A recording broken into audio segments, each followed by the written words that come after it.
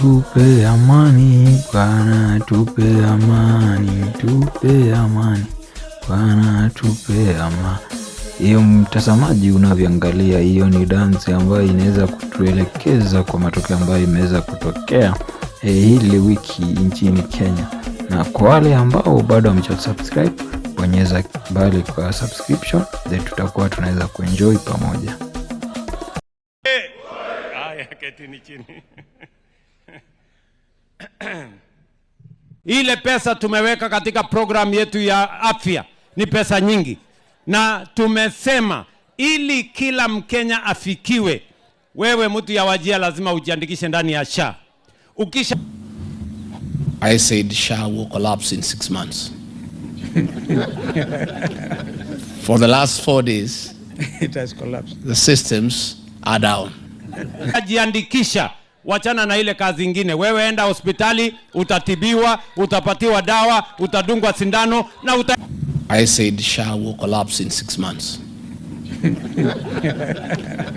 For the last 4 days, it has collapsed. The systems are down. Enda nyumbani bila ya kuulizwa pesa yoyote. Wajir hoye. Tunaelewana ama tuelewani bwana? Mnasema tuendelee? Na ndio mimi nataka niwaulize watu wa Wajir. Bado kuna wananchi wengi Wajir hawajajiandikisha ndani ya SHA.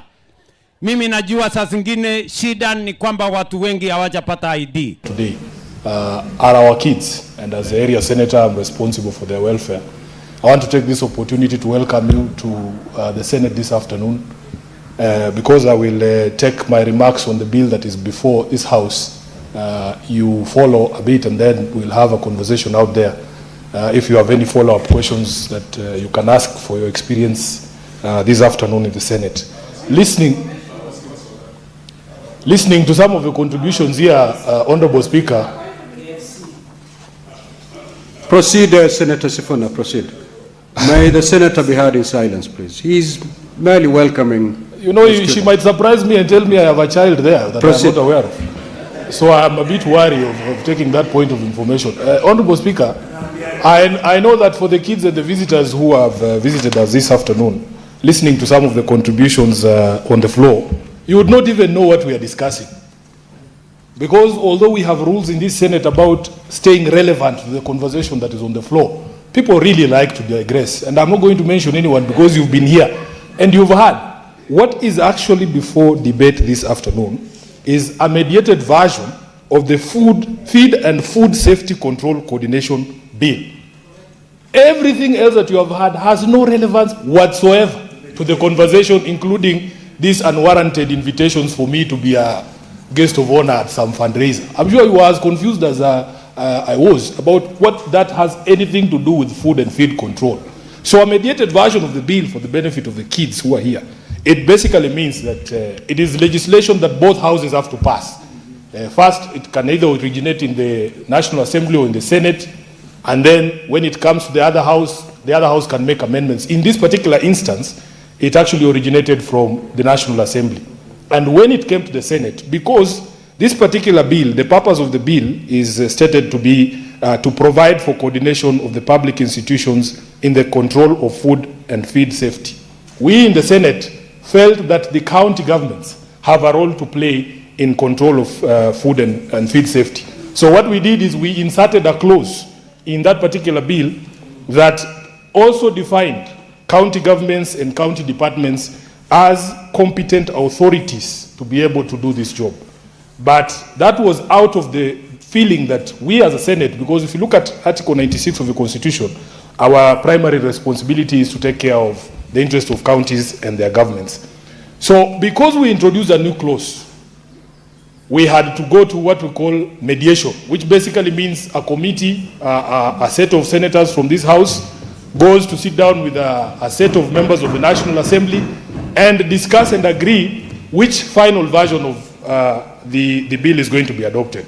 And some of the people who are contributing here, you noticed, they were very quick to congratulate the team that we sent from the Senate. But I want you to know, and the House to know, that in fact at that particular mediation, and this is quite interesting in the context of the other mediations that are happening, There was only one sitting of this mediation committee, and it was to agree that we drop the Senate amendments. So, personally, I would not be quick to congratulate my brother, the senator from Bungoma, Wakoli, because all we did, we sent a group of senators there to agree that the Senate amendment was unnecessary in this bill. So, whereas others will give Senator Wakoli his flowers, I personally will not do that. Because we send the teams from the Senate to put our foot down in these mediations with the National Assembly. And I wish one of these fine days we publish a list of the scores. How many of our Senate amendments actually find favor in the National Assembly? No. There are very few.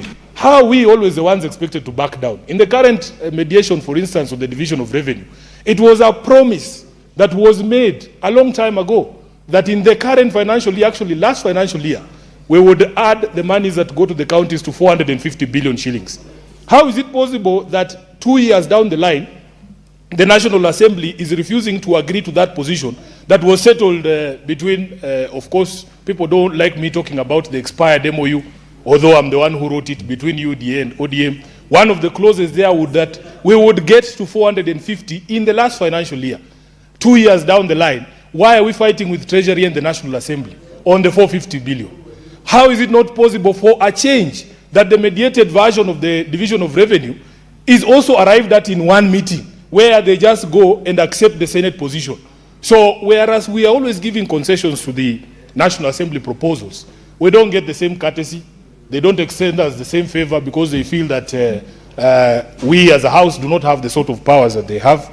But I am feeling, Honorable Speaker, that we as a Senate should also sometimes put our foot down, because there was proper thinking that went into that amendment to involve the county governments and their departments in the control of food safety.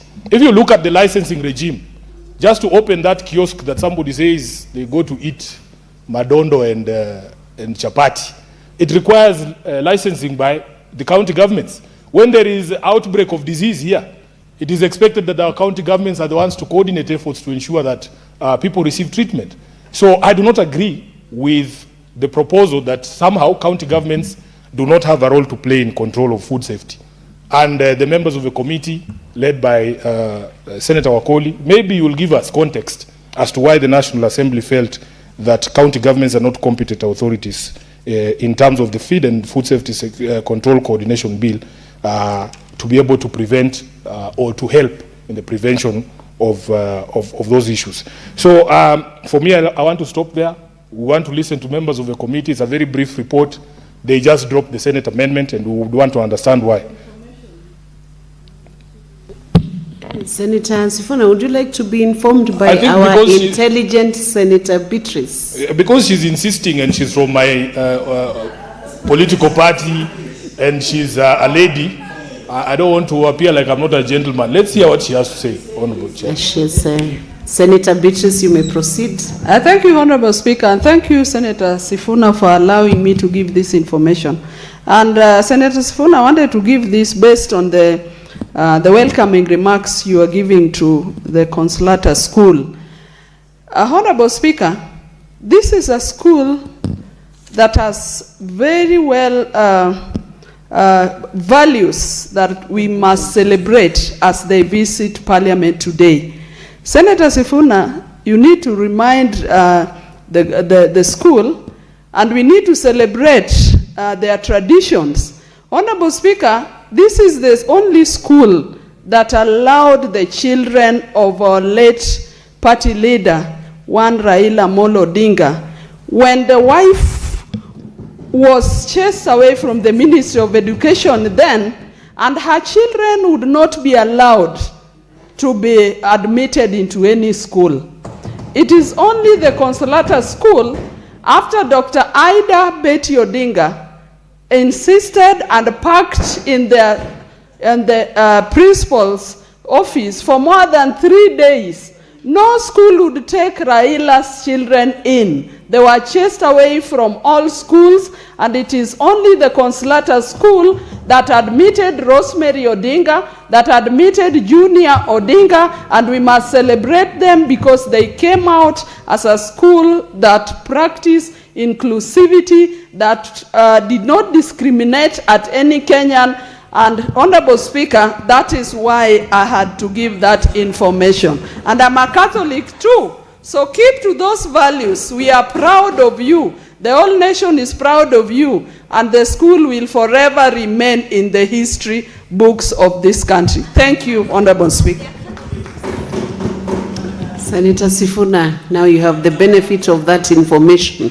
Yeah, the students from Consolata will determine the value of that information, but it's helpful to know, because I thought the information she was giving was with regards to the bill or areas to do with the reason why our amendments were dropped. But it's fine. Senator Sifuna, information is information, and you have been accorded that important information. Yeah, I accept and acknowledge. I just want to conclude by saying that whereas the conversation even amongst within the public now is what is going on with our schools. One of the things I learned, Honorable Speaker, I visited a school in Makadara called Our Lady of Mercy. And the things I learned is that we also need to listen to these students. It is very interesting, the perspectives they have about the environment in the schools. When I was there at AWA, as they call themselves, after listening to all the presentations from the teachers about the need for a new house for the principal, a bakery machine, and so on and so forth, those young girls just pulled me to the side and told me, Sifuna, please go to the Senate and tell the Senate that we want our hair to be plaited. And whereas you think that's a small issue, when these events have been happening, increasingly I'm seeing from other schools, those girls saying we want to be allowed to plait our hairs. So when we also get into this debate, let's learn to listen to these young people. They might give you a perspective that you have not seen in order for us to be able to resolve this crisis. I thank you, Honorable Speaker, and allow me to do my duty as a Senator of Nairobi by going to engage those young ladies outside, because there are unique things that the Senator from Homa Bay might not know about our children here in Nairobi. Thank you. Thank you, and you may invite that Senator Kajwang to also get to learn about the students and the schools in Nairobi. Senator Mungatana.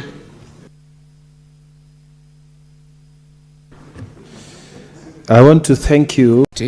I say thank you, and I'm greatly indebted to you. To my legal team led by Senior Counsel, Honorable Paul Moite, I want to sincerely thank you for your great representation. Your strategy, professionalism, and dedication made all the difference. I also thank the several independent counsels who litigated various petitions on this on behalf of Kenyans. I'm incredibly grateful to have had you on my side and the side of Kenyans. To the millions of Kenyans who believed in me, stood with me every step of the way, I cannot thank you enough. My heart is full. Your love has been overwhelming. To my co-principals, Honorable Stephen Kalonzo Musyoka and Eugene Wamalwa, before, during, and after the impeachment, you have been with me every step of the way. To my co-principals of the United Alternative Government, you have been a family to me. To the senators and MPs from across board who stood with me, you are harassed, intimidated, but refuse to succumb to bribery. May God bless you. The journey has just begun. To the innocent civil servants, including gardeners, cleaners, tea girls, office messengers, who suffered the brunt of this regime, you are harassed, intimidated, threatened, and embarrassed. Justice will be served one day. This ruling was about you. I know it still pains you, but I thank you very much for standing with me and my family all along. May God bless you and your families most sincerely. We stand here today with tremendous respect to the judiciary of our country. While we respect the ruling of the High Court, we totally and fundamentally disagree on the interpretation of the law and application of facts. The long-standing legal principle of natural justice and the right to a fair hearing has been trashed and ignored in broad daylight. What a sad day for those whom have undergone this in the past and those who face the same in future. We shall proceed to file an appeal at the Court of Appeal on the decision and hope that justice shall prevail. The framers of the Constitution provided for an appellate and Supreme Court. We believe we shall fight to get justice one day. Dear great people of Kenya, just like the millions of you I'm shocked by the 350-page decision of the 3-judge bench of the High Court of Kenya, pronouncing itself and holding that my right to fair hearing under Article 50 of the Constitution was violated, and then ironically purporting to uphold the impeachment.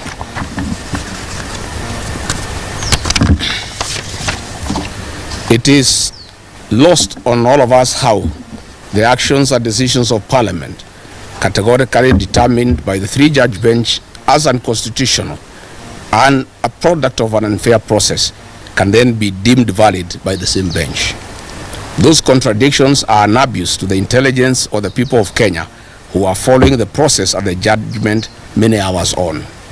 The fundamental right to fair hearing, guaranteed under Article 50 of the Constitution, determined to have been violated, is amongst a set of constitutional provisions protective of every Kenyan facing any accusation. Article 25 of our Constitution provides rights that are non-derogable. They cannot be limited under any circumstances. At the core is a provision to fair trial. The right to fair hearing bound by Article 50 and in regard to the process. Article 47 demands fair process requiring mandatory fair hearing. We strongly observe that the impeachment process was found faulty by the 3-judge bench for failure to respect my right to fair hearing in the violation of Article 25, 47 and 50 of the Constitution. Once that determination was made, the entire process collapsed and was null and void. There was no impeachment. There was a constitutional coup, an abuse to the people of independent Kenya. The 3-judge bench was obligated by operation of the law on determination or violation of the Constitution to set aside the impeachment. The decision by the bench to then purport to uphold the impeachment in the face of its decision or violation of the Constitution is in itself a violation and derogation of its responsibility under Article 165. Decisions made in violation of the Constitutions are null and void. Lord Denning in McFoy declared that if an act is void, then it is, in law, a nullity. It is not only bad, but incurably bad. You cannot put something on nothing and expect it to stay there. It will collapse. How then would a 3-judge bench argued that the non-derogable right to fair trial was violation in the impeachment process? Then they turned around and tell the Kenyan people that regardless, the impeachment was valid. What a paradox. Dear Kenyans, we recall that on 31st October 2024, while setting aside conservatory orders issued by the High Court, this very bench gave an undertaking in open court that there did not exist any violation without remedy or outside the reach of the court. They further argued that in the event and as a consequence of setting aside the protective conservatory orders, they determined that if the impeachment process was unconstitutional, they would reverse any actions and decisions taken pursuant to the impeachment. The Attorney General gave the same undertaking through counsel Professor Githu Muigai Emeritus. 2 weeks ago, the Honorable Justice Ogolla, the presiding judge, categorically stated that the petitioners could not restrain it on the remedies on finding of the unconstitutionality of the impeachment, including the possible reinstatement as a deputy president. Further, on seeking of conservatory orders initially, the High Court insisted that petitioners should allow the parliamentary process to complete since any decision would be amenable to judicial review. It is then astonishing that in this judgment, after pronouncing itself and determining that the impeachment process violated my right to fair hearing, the 3-judge bench purported to hold that the impeachment was nevertheless valid and permanent.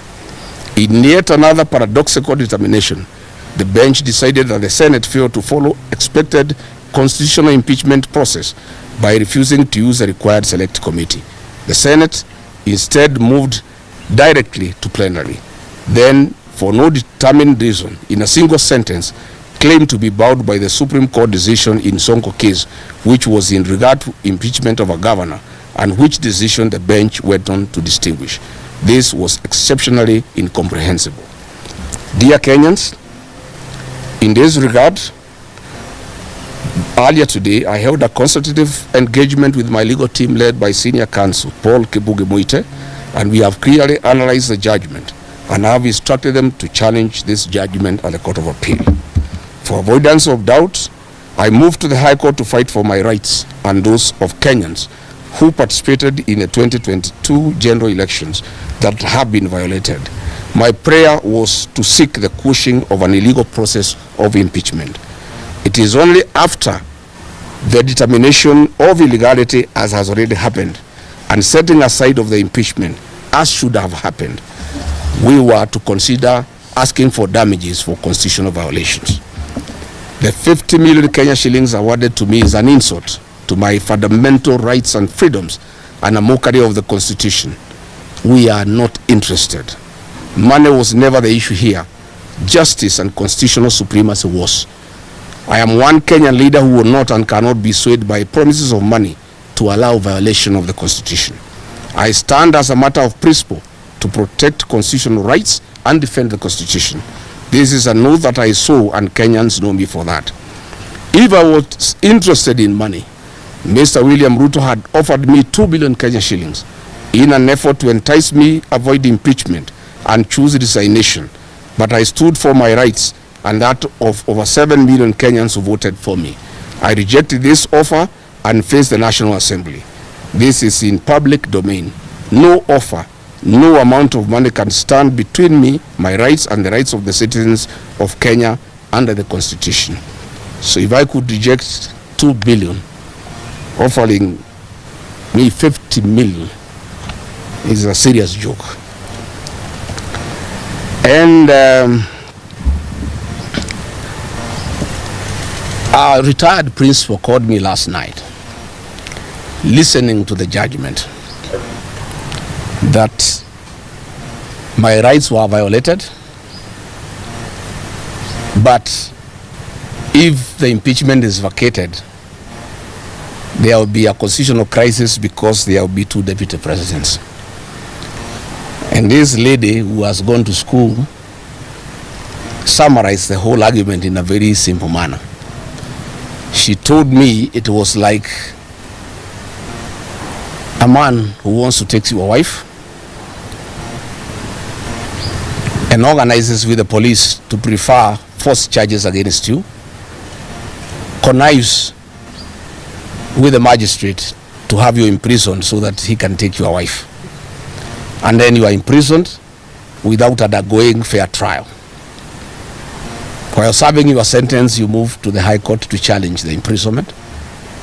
And the judge of the High Court comes to the conclusion that the imprisonment was unfair, it was wrong, because he was not given fair hearing.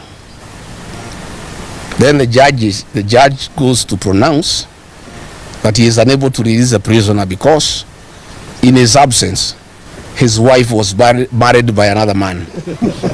And if he releases that man to go back home, there will be a crisis in the village because there will be 2 husbands. And then he tells the prisoner, let me look for some little money to give you, continue staying in prison so that the men who took your wife can continue enjoying in your matrimonial home. Fellow Kenyans, my supporters and Kenyans from across the country have reached out to me. They are enraged, bitter, and apprehensive about the false narratives being spread by the state that I'm ineligible to run for office as President of the Republic of Kenya. This is a desperate and false propaganda by those terrified of my candidature. William Ruto knows Rigathi Gachagua is the man to send him home. And those around him are terrified of my candidature. That is why we had this very, very embarrassing judgment yesterday of finding that my right to fair trial was violated, but then the impeachment cannot be lifted. This is a desperate and false propaganda by those terrified of my candidature.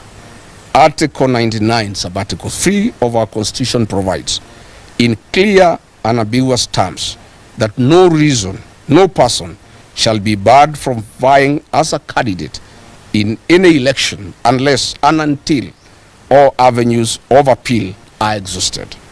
This erroneous judgment of the bench previously determined by the Court of Appeal have been unlawfully empaneled has taken nearly 2 years, and that was just the initial stage of the appellate process. I will be vindicated by the Court of Appeal, hopefully, once again, with a further protection at the Supreme Court still in my hand. I wish to confirm to my supporters across the country that I'm eligible to vie as a presidential candidate, and I will be on the ballot on the 10th of August 2027, should the formula that will be agreed upon by the United Alternative Government favor me as a single presidential candidate. When I was hounded out of office in October 2024, I retreated to my village in Wamunyoro and held consultative engagements with the people of Kenya for 4 months, including men, women, millennials, Gen Zs, the clergy, lay Christians, professionals, business people, retired civil servants, and opinion leaders. And after exhaustive consultations for 4 months, talking to more than 15,000 people, I was instructed to form a political party, solidify Mount Kenya political base, and look for friends across the country. This I have successfully done. The mountain is united to a man, and we now have arguably the most popular political party in the country, DCP. My support base is consolidated in totality, and I have looked for friends across the country. My supporters have now instructed me urgently to embark on the implementation of our joint strategic stance from the Wamunyoro residents for a period of 45 days. After a tour of Western Kenya, where I want to go and support my deputy party leader, Cleo Malala and Eugene Wamalwa, over the weekend, from Monday, I'll come in Wamunyoro village for 45 days to start exhaustive and extensive consultations with my supporters and opinion leaders and stakeholders on the formula of identifying a single presidential candidate to face President William Ruto. Following the High Court ruling, my 60-member caucus of elders and professionals, including the clergy and the youth who advise me on political, social, and economic issues on a daily basis, held a virtual meeting last night following the judgment that was reached by the 3 judges. And now they have instructed me as follows: that the work of political mobilization to remove President William Ruto from office is complete, and there is no need for further political mobilization. They have now tasked me to engage of what in their view is of utmost priority: the identification of a single presidential candidate to face President William Ruto. They have asked me to move to Wamunyoro and meet stakeholders, opinion leaders, and all the people who matter in our political formation to seek their mandate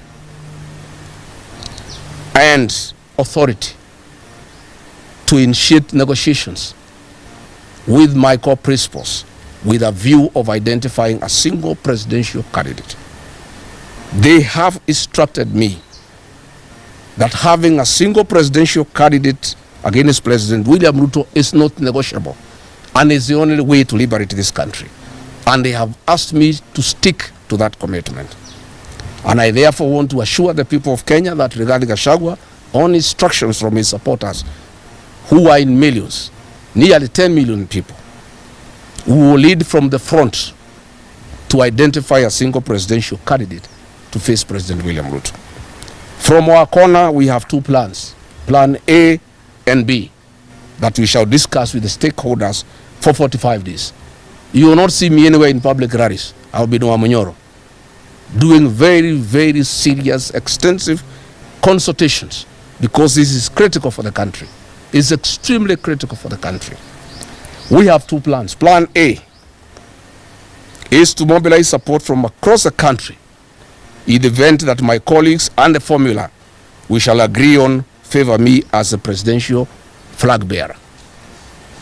Plan B In the event that the formula does not favor me as a single presidential candidate, to get mandate from my supporters, to jointly with the other core principles, identify a single presidential flag bearer to face President William Ruto. I want to reiterate and firmly state to the people of Kenya that I remain committed to work with my colleagues in the United Alternative Government towards the cause of a single presidential flag bearer. I remain hopeful that I will be that candidate for the election of the presidency. I have the capacity and the muscle, I have the infrastructure and the presidential experience, I have the necessary networks and great mobilization capacity, numbers behind me, and a very good strategy for the presidential campaign.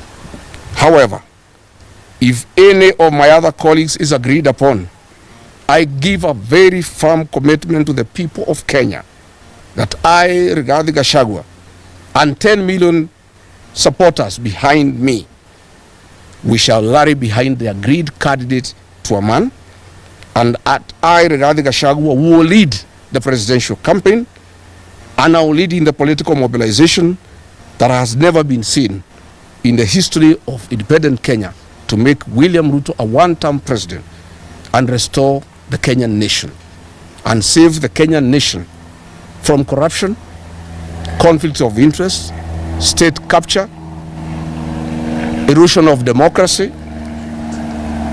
extrajudicial killings, wanton sale of public assets, and the embarrassment that our country has faced for meddling in our foreign policy. I want to say we must get back our nation. I want to say that Kenyans have lost far too much to be quantified, and we cannot lose more. Kwa hivyo mimi nataka kuhakikishia Wakenya ya kwamba safari ya kutafuta kiongozi mmoja wa kupingana na William Ruto imeanza, na Rigathi Gachagua ndio ataongoza, and I'll do whatever it takes to mobilize my colleagues, to persuade them, to make it possible to have one single presidential candidate. And I want to tell William Ruto and his supporters, it is I, Rigathi Gachagua, who mobilized 4 million votes to make him president. I will mobilize 10 million voters to take him home. And I also want to confirm to him and his supporters, much as they despise me, I made him president with my supporters. I and my supporters can make another Kenyan president. That they must know. And they must stop having entitlement. The fact that I and my supporters supported him then gives me no obligation to feel ashamed that we shall not vote for him. I want to confirm that if I'm not the flag bearer, I and my supporters will support another Kenyan. And I am committed. And I will do whatever it takes with my colleagues to make sure there is no division within the opposition, to make sure that everybody moves along, to persuade all my supporters to move along with me, that in case it is not me, I'll persuade all my supporters. I'll persuade all my supporters, including President Uhuru Kenyatta, who is my supporter, that all of us from our support base will put our vote in one basket in favor of the agreed presidential candidate, be it Rigathi Gachagua, be it Kalonzo Musyoka, be it Fred Matiang'i, be it George Natembeya, be it Eugene Wamalwa, be it Edwin Sifuna, be it Martha Karua, it does not matter. Once we agree, and we shall agree, and I can tell you the commitment is total, we shall move on. I have left the issues of court now to my lawyers. I have no other responsibility from today. It is to make sure that we have one single presidential candidate against President William Ruto. Once that is achieved, I will then get back to the ground and start political mobilization. But in the meantime, after this weekend when I go to Western, you will not see me again in political mobilization.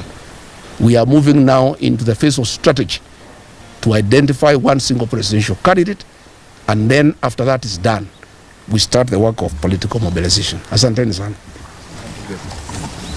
Hakuna maswali. Nafikiri is very clear. Yeah, bana. It's very clear. It's clear. Karibu. Iko sawa.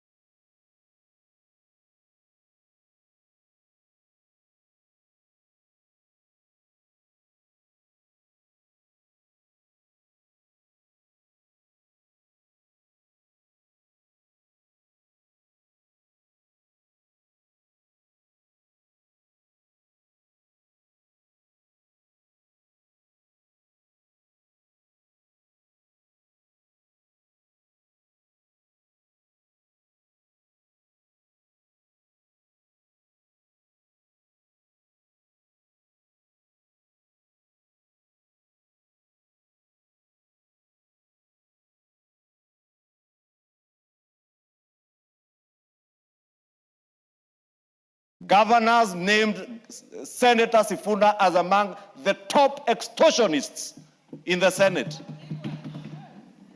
You saw him trying to box the governor for Samburu because I think he had run away out of the Senate and refused to attend a committee where he wanted to go and extort.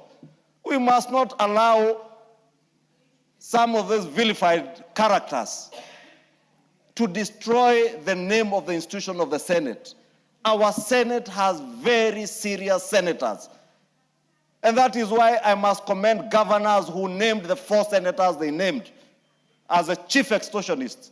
Top among those was Senator Sifuna. So he has no more authority to speak about John Buddy, a great professional. FCPA John Buddy or a banker and an expert like Sam Atandi. Some of us who are lawyers, we take offense when you call a fellow lawyer as an idiot. And I must thank the leadership in the Senate, because they know the people to put in mediation are not senators like Senator Sifuna. Mr. Speaker, I know it's very nice when we challenge Honorable Senator Sifuna. And the more we do it, the more you give him more profile. So if you want to give him more profile, continue mentioning his name. Mr. Speaker, I know because I always mention people favorably. People always wonder, some people tell me I sit on the fence, which I don't mind because I sit with my buttocks, I don't borrow anybody's. But having said that, Mr. Speaker, my kind of politics is that I play a politics of praising the person I want. So I'll praise myself, I'll praise my candidate, but I'm not really too much given to trying to underrate people, calling them, I don't know, they lack intelligence. So even if it is Sifuna who did that, I think it is wrong. I was actually went and asked the chairman what Sifuna said because I didn't hear. So if Sifuna did that, it is wrong. If Ichung'wah is doing it, it is wrong. It is wrong for us to keep calling people names here. And especially when we're in a technological era when children are seeing this. In the past, I used to do that, but I've become born again, Mr. Speaker. I don't do such things anymore. We must remember that our young children are watching us, and we should stop calling people names. And especially, some of us who are lawyers, we take offense when you call a fellow lawyer as an idiot. I may be an idiot in economics, though I'm not overly an idiot. I got a principal pass in my A-levels in economics. But you probably may also be an idiot when it comes to matters of law. So let us be respectful of other members. Let us disagree politically. So let Sifuna support his one term, you support 2 term. Me, Millie, I'll support my candidate. In my own style and in my own way. I think a lot of us want us to say that if I say 1 term, that is when I'm not supporting the president. Or if I say 2 term, that's when I'm supporting the president. You are not the one who manufactures my mouth or my language on how I support. I support in the language, in the style, and the way I deem fit and I deem best. So I think what we want to do, sometimes we cause other people to move away from us by our styles. Let us do or encourage styles that, are more inclusive. Some of us, if I go to my constituency, I can tell you that I see evidence of growth. I can see evidence of work that the president is doing. But don't tell me to say 2 terms. You say that one if you want. I don't use your style. I can go and tell Suba North people that there is Rusinga Ring Road. You, if you are a psychopath and you want to do that, go and do it yourself. I will not do it. I'm Millie Odhiambo Mabona, a.k.a. Bad Girl, a.k.a. Geza Geza. You don't teach me how to do my politics. It's a shame on them if they will use the floor of Senate to vilify a member of this House. We will equally use the floor of this Parliament to tell the world who they are. And that is why I took liberty also to tell the world who that disgraced senator for Nairobi is. He's an extortionist by excellence. Thank you, Honorable Speaker. Honorable Speaker, I rise to support this mediated version of the Division of Revenue Bill. And allow me to begin by thanking the members of the Mediation Committee, led by the 2 co-chairs, Chair Sam Atandi and Chair Governor Senator Roba, the senator for Mandera County. And I want to thank them for their leadership during that very difficult mediation process. And that's why I want to agree with the second of this motion and probably urge that we ignore some of these noisemakers. Because there are people who speak faster than their brains function. And I don't know if they even engage their brain before they speak. And that senator who was speaking that way is just looking at an opportunity to vilify other leaders in ODM because of his own shortcomings, not because of his commitment to devolution. It is not even because of his understanding of issues that touch on the finances of our country. But Governor and Senator Roba, former governor for Mandera, and an accomplished professional, together with Sam Atandi, who is an accomplished banker and a finance person, understand where we are as a country.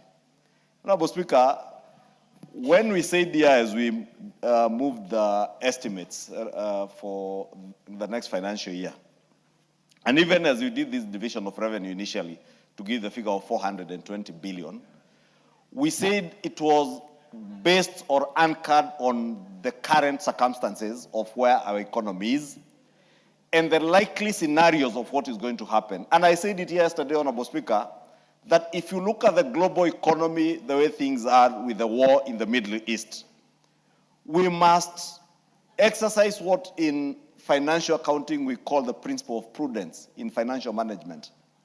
And prudence means that as you plan, because what you are doing now is planning.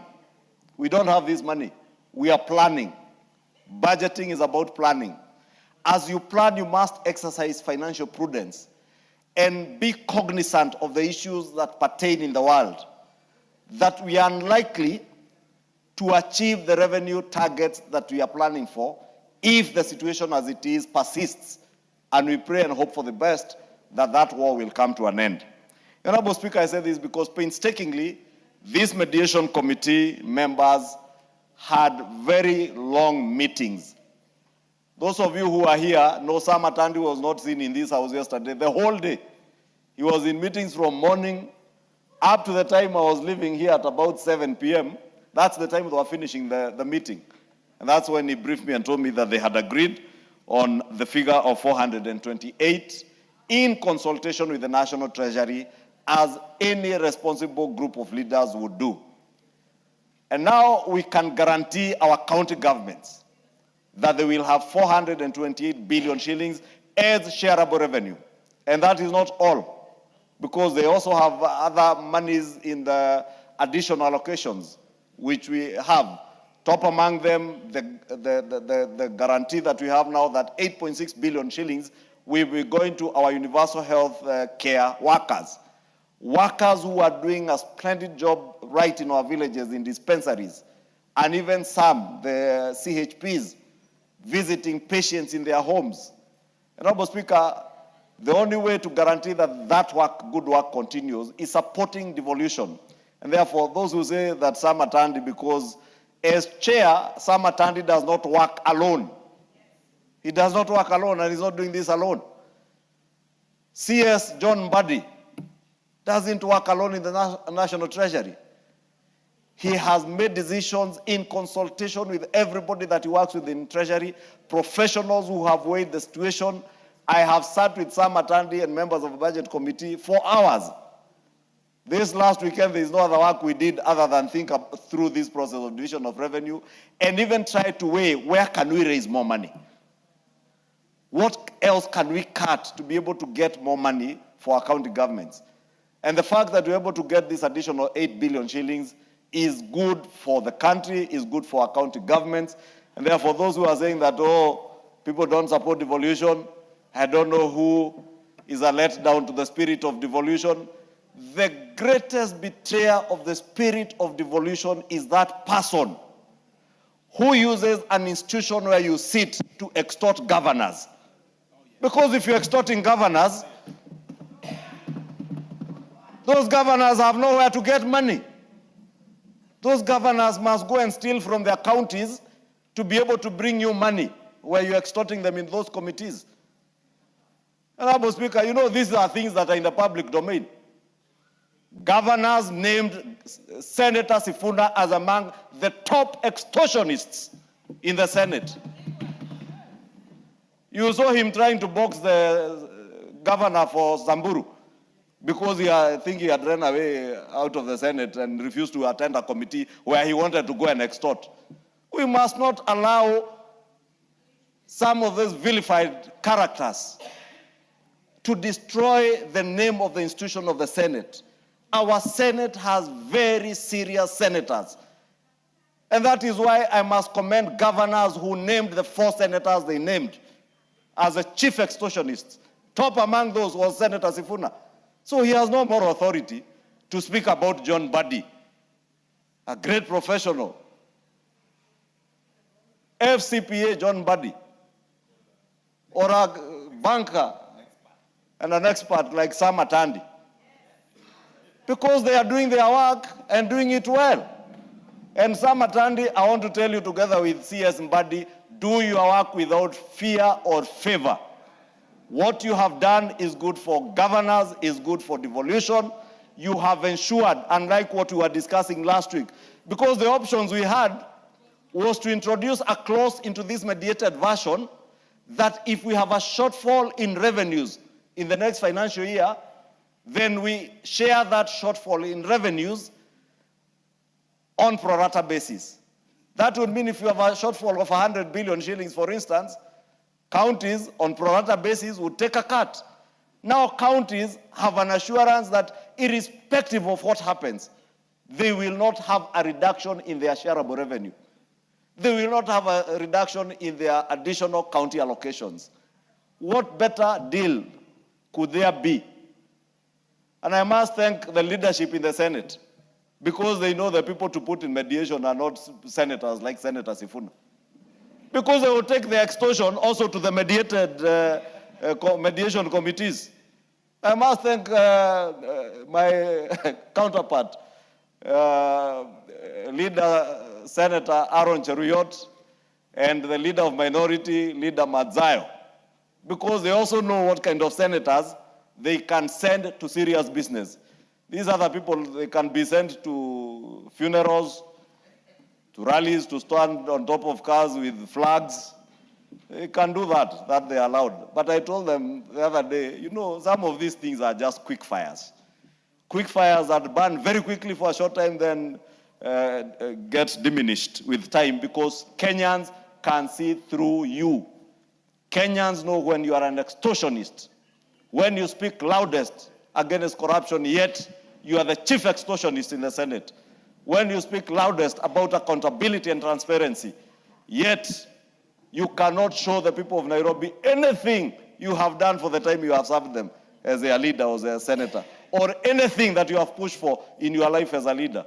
Let me say, shame on them if they will use the floor of Senate to vilify a member of this House. We will equally use the floor of this Parliament to tell the world who they are. And that is why I took liberty also to tell the world who that disgraced senator for Nairobi is. He's an extortionist by excellence. Honorable Speaker, forgive me for getting there. But this mediated version is the best that we could. In fact, the day before yesterday, we were at 425. We have had to take cuts in areas that will be painful to other people, but all in the support for devolution. I know in the 10-point agenda, Honorable Speaker, we committed to moving the shareable revenue to 450 billion, and we shall get there. Let me say we shall get there. We shall get there. The temporary setbacks that we have today because of the issues that are there globally will not persist for long. And that's why I said we continue to pray for peace. We pray that the situation will improve. And I foresee in the near future the 454 billion that the Senate had desired. And I know the Council of Governors, because we've also extensively engaged with the Council of Governors on this subject. We will get to a point where we will even get above this 454 billion. All we need is to grow our economy. And as we grow our economy, we must be very prudent in how we apply the resources that we have available for us now and in the future, Honorable Speaker. And that is why I want to urge the House that we support this mediated version. Tomorrow, we are due to listen to the revenue-raising measure statement from CS John Mbadi. And I know even in the difficult situation that he sits in, he's preparing. And I know because, Honorable Speaker, we need to prepare this chamber for that work tomorrow. Let me end there so that we give a few more people an opportunity to speak to this mediated version. But I want to urge you, let us all support this mediated version. And as our colleagues in the Senate have done, the well-meaning senators understand, and they have supported this mediated version, and our good governors support it because they're also aware of the situation as it is, Honorable Speaker, because any further reductions would have meant we eat into our money for education or our money for universal health coverage under the primary health care fund. And all these monies are going to serve the people that we serve as members of parliament, the same people who are served by the senators and governors as the people of Kenya, the people who have sent us to represent them here. I support. The Honorable Millie, you are on record. Do you want to speak on to this? Yes, yes. Proceed. Thank you, Mr. Speaker. Mr. Speaker, I stand to support the mediated version, and in saying so, I want to thank the committee members. I know it was not an easy task, and I want to thank the chairman of budget. They've done an excellent job. In the circumstances, people may sometimes not understand, even when you are committed to devolution. Mr. Speaker, people may not understand that even with the aspirations that even Baba Raila Amolo Odinga had, but with the challenges that we are facing, very few people don't know that the country and even the world at large is facing economic challenges, Mr. Speaker. And so, Mr. Speaker, it means that everywhere people must be willing to take cuts so that we actually prioritize the core issues or the important issues in the country. Mr. Speaker, the challenge that I have, Mr. Speaker, and I don't know how we will work at it, maybe it's something that the National Assembly needs to look at, is the issue of accountability of funds. Every year we come into this House and our governors fight for allocation of more funds. But Mr. Speaker, when it comes to accountability, there's always a challenge. And I wish that the level of accountability that is seen in CDF allocation would actually be reflected even in the counties, Mr. Speaker. Mr. Speaker, if I would give an example, if you look at the allocation that goes to NGCDF, and and you compare with, for instance, what goes on to our counties, and you find and you compare the number of classrooms before we go into dormitories and laboratories and buses and other things that people buy, and you look at what our governors are able to do, we must look at what the problem is. What is a problem that we cannot see the evidence of the amount of money that is allocated and what goes down? And if the governors are facing structural problems, they need to bring it to the House so that we look at how we are dealing with it. Otherwise, we will always blame the governors for ineptness and for inability to produce results. Because I would say that with the amount of money that NGCDF has, you'll find that where NGCDF has one class in one ward, for instance, it takes the counties another 10 wards before you see any other construction. And why is there such slow process? Devolution was actually initiated to ensure that we have accelerated growth, especially in areas that have hitherto been marginalized. And so, Mr. Speaker, it's very disappointing that every year we come in and we seek to enhance that allocation. Mr. Speaker, I know that we are in political times, and I would want to encourage, it's very nice when you have robust discussions here. And so it's very nice when we challenge Honorable Senator Sifuna. And the more we do it, the more you give him more profile. So if you want to give him more profile, continue mentioning his name. Mr. Speaker, I know because I always mention people favorably. People always wonder, some people tell me I sit on the fence, which I don't mind because I sit with my buttocks, I don't borrow anybody's.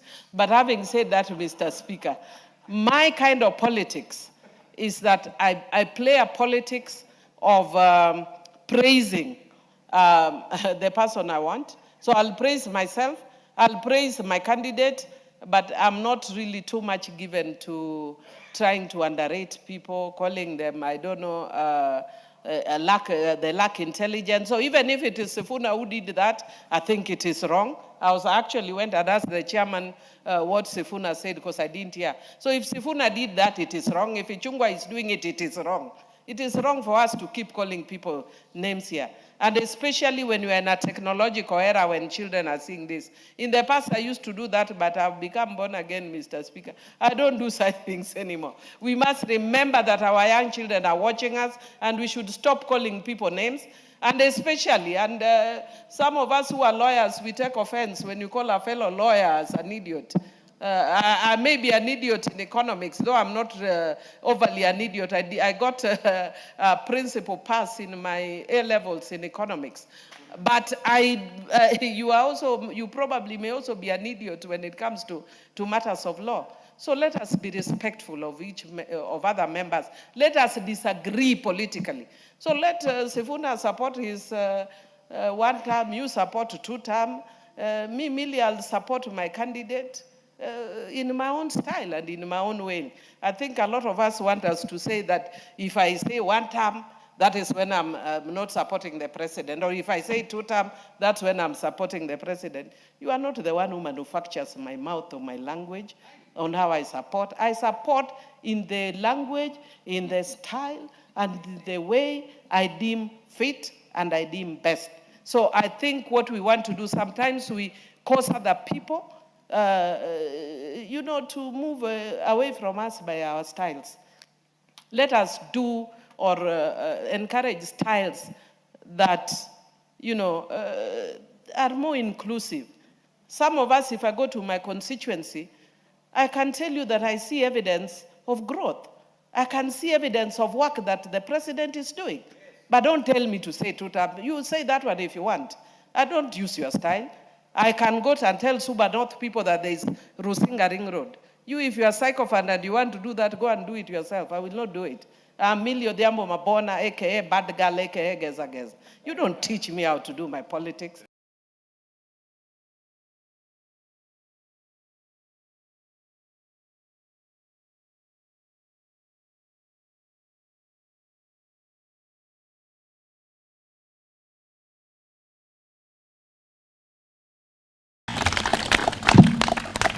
I can start with my brother Rigiji to add on to 1 or 2 comments. And I know some are stressed for time. Or shall we start with you, Fred?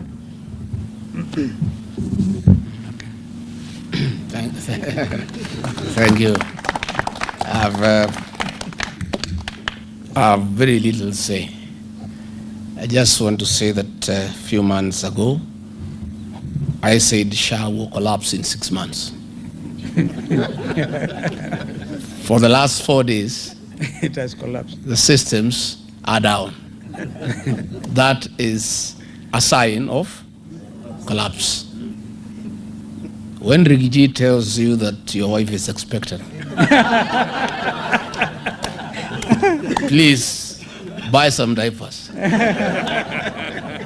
I want to ask our members of parliament in the National Assembly, those who believe that they serve the people who elected them, to be the forefront in rejecting on the floor the 2026 finance bill.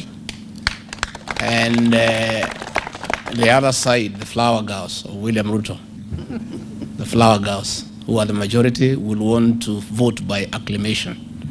Please be present to force a division so that Kenyans can know who voted with them and who voted against them, so that they can keep a record, so that next year, in another 14 months, they can pay them back in kind.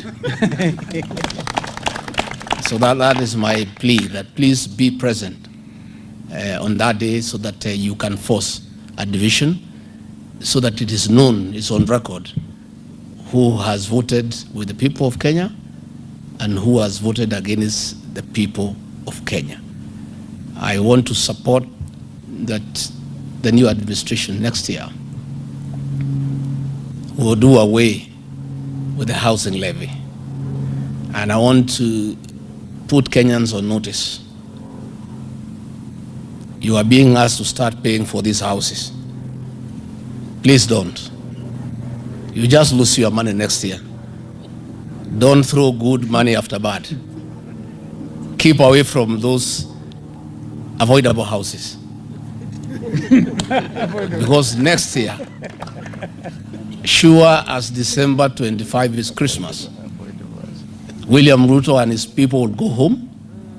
There will be a new administration that will do away with the housing levy. So it is foolish and unwise to put your money when you know that chances are 9 to 1 you lose your money.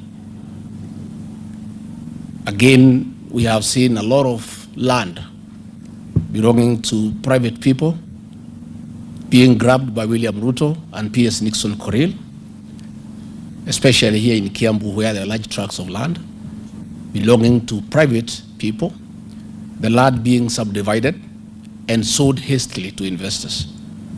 I want to put investors on notice. Please, don't buy this land. Next year, the land will be given back to the owner, and you'll have to make a trip to Sugoi to look for your money. It is unwise to lose money when you can see you are going to lose it.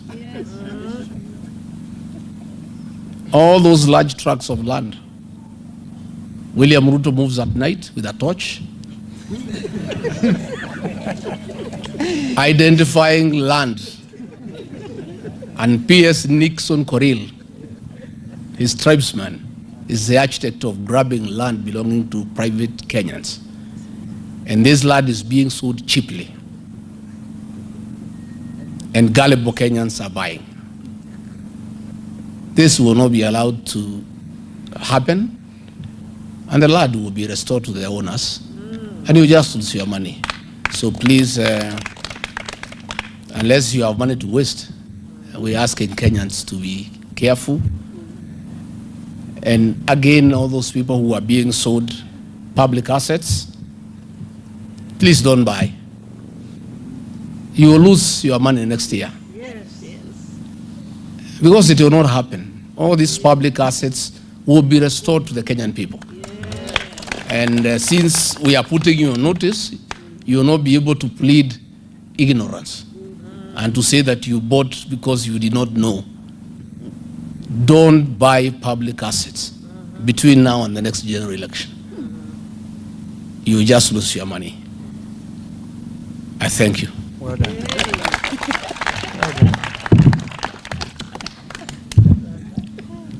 Ladies and gentlemen, 4 points to be made in addition to what my colleagues have said.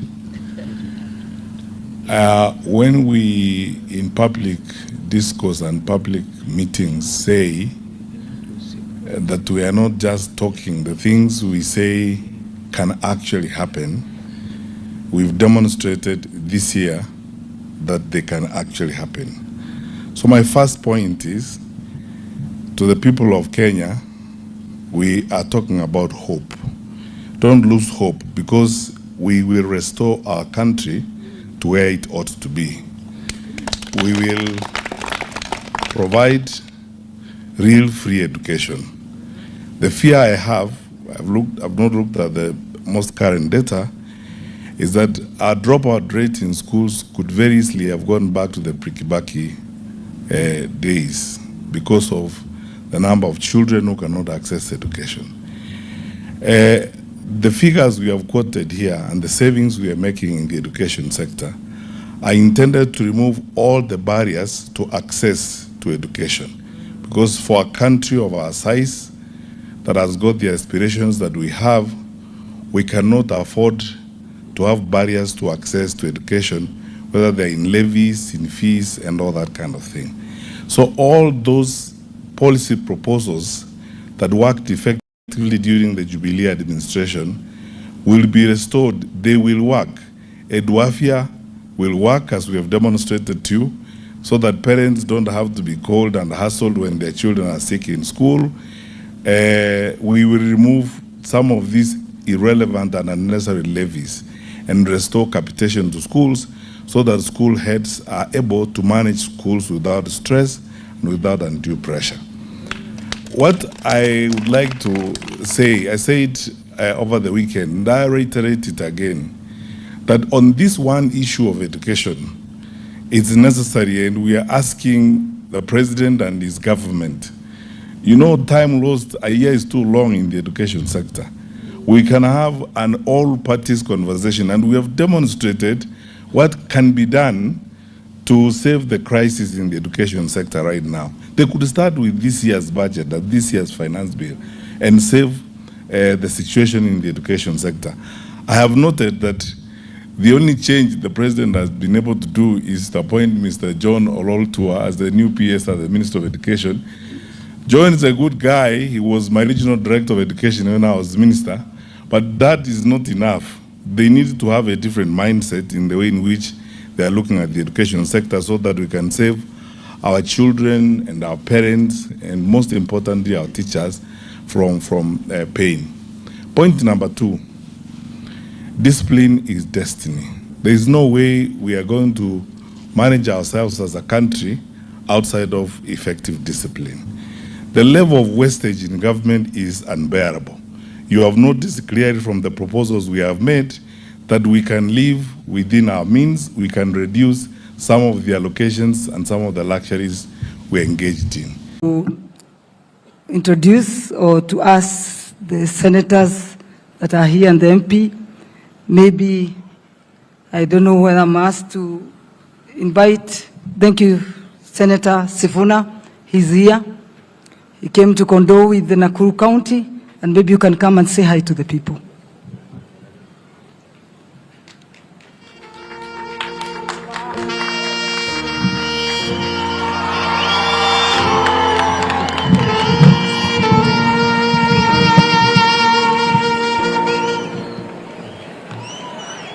Thank you, Senator Keroche.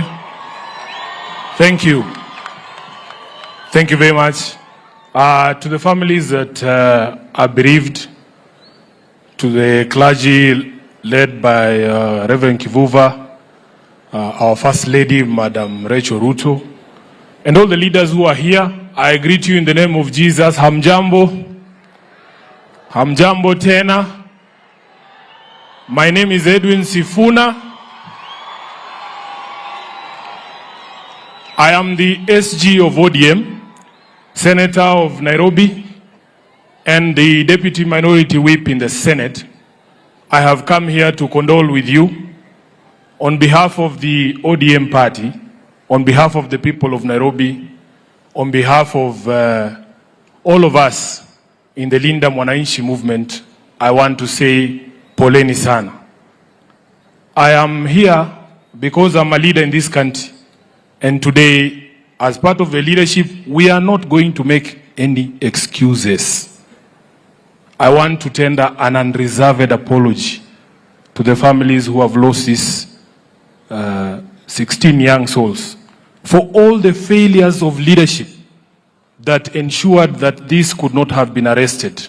We have nothing to say but pole for everything that we have done or not done to eradicate these things. Reverend Kivuva, you have asked for how long must these things happen? These things have happened and gone on for far too long. And as a country and as a leadership, we now need to put this to an end. You have said, for how long must people cry across the country? We are asking ourselves, where is our God? Because all over Kenya is just kilio too, Reverend. For how long must Kenyans cry? And we are hoping that you, the people, are going to provide some solutions in the coming future. I want, on behalf of the Linda Mwananchi team, because one of the parents here is our friend from Turkana, Mama Fortune Amaya. I have not seen her. I don't know where she is. Yes. I would like that on behalf of the Linda Mwananchi team, we are here with the Honorable Majimbo Kalasinga from Kabuchai.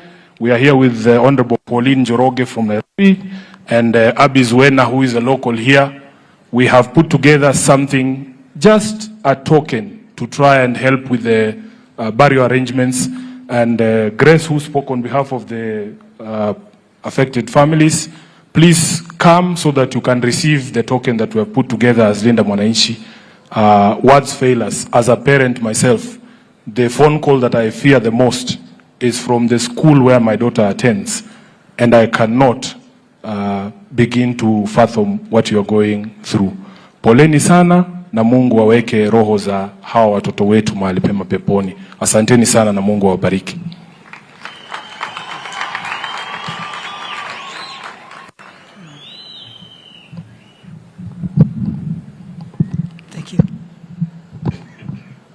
I can now invite the woman rep of Kiambu to come and convey her condolence.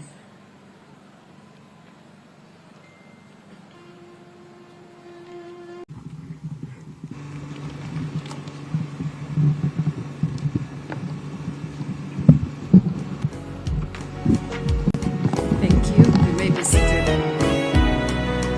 The Cabinet Secretary for Education, Julius Migos Ogambo, the Governor of Nakuru County, Susan Kihika, honorable members of Parliament and other leaders present, members of the clergy, families of our beloved daughters, students and teachers, ladies and gentlemen, good afternoon.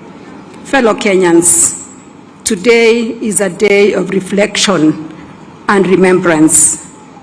We gather as families, friends, a school community, and a nation to honor and celebrate the lives of our beloved daughters.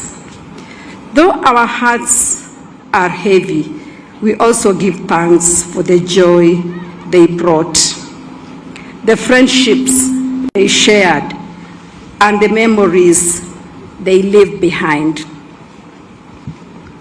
As a mother, I know that a child is never simply part of your life. A child becomes part of your heart. You carry them in your thoughts when you wake up and in your prayers before you sleep. Their victories become your joy. Their struggles become your concern. Their future becomes your deepest hope. While words cannot fully ease your pain, please know that you do not carry it alone. Today we carry that burden with you. I bring you heartfelt condolences from His Excellency President William Samoei Ruto, whose speech will be read shortly. He joins the nation in mourning this profound loss. Kenya mourns with you, weeps with you, and Kenya stands with you. Our daughters left home to learn, to grow, and to prepare for bright futures. They embraced life with enthusiasm, built friendships, and created memories that will continue to live on in the hearts of those who knew them. And in this difficult moment, Scripture reminds us in Philippians chapter 4, verses 7, that the peace of God, which surpasses all understanding, will guard your hearts and your minds in Christ Jesus. Fellow Kenyans, today we remember not a statistic, but 16 unique and precious daughters of Kenya. Let us all rise and take a minute to honor them. I would request that we all stand up and honor these daughters.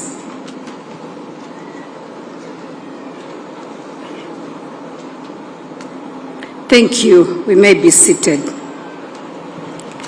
As we mention their names today, we are reminded that each one of them carried dreams and aspirations. Among them were future doctors, future clergy, teachers, engineers, scientists, entrepreneurs, mothers, leaders, and servants of our nation. There are moments that stop a nation in its tracks, moments that remind us that beyond our differences, beyond our politics, beyond our daily pursuits, we are one people. This is one of those moments. To the students who have lost friends, I know many of you are carrying questions that have no easy answers. Grieve freely, lean on one another, and remember that you do not walk this journey alone. To the teachers and school community, thank you for the care, guidance, and love you gave these children. All of us share your grief. In moments such as this, when sorrow feels overwhelming and the road ahead seems uncertain, God reminds us in Isaiah chapter 41, verses 10, "Fear not, for I am with you. Be not dismayed, for I am your God. I will strengthen you and help you." May this promise be a source of courage and comfort to every student, teacher, and family gathered here today. And to our nation, let this moment remind us of our collective responsibility to protect, nurture, and safeguard every child entrusted to our care. Our children are not only the future of Kenya, they are the present. They are our greatest treasure. Their safety, well-being, and dignity must remain at the center of everything we do. To the families gathered here today, the days ahead may bring many emotions and memories. Yet I pray that alongside your sorrow, you will also find comfort in remembering the love, laughter, and happiness your daughters brought into your lives. As scripture reminds us in Psalms 34, verses 18, the Lord is close to the brokenhearted and saves those who are crushed in spirit. May you find comfort in his presence and strength in his unfailing love. And as you carry the weight of grief in the days and weeks ahead, may you also find reassurance in the words of 1 Peter chapter 5, verses 7. Cast all your anxiety on him because he cares for you. The Lord sees every tear, hears every prayer, and walks beside you through every moment of sorrow. May God hold you close in your sorrow and strengthen you in your weakness. May he grant peace where there is pain, comfort where there is grief, and hope where there is heartbreak. Though these young lives were taken too soon, their light will continue to shine through the love they shared, the lives they touched, and the memories they leave behind. As a nation, let us honor them not only with our tears, but with our commitment to cherish, protect, and nurture every child entrusted to our care. May the souls of our beloved daughters rest in eternal peace, and may their memory forever remain a blessing to their family, their school, and to our great nation, Kenya. May the Lord comfort us, may the Lord bless you, and may the Lord be with all of us. Poleni sana. Mungu awabariki.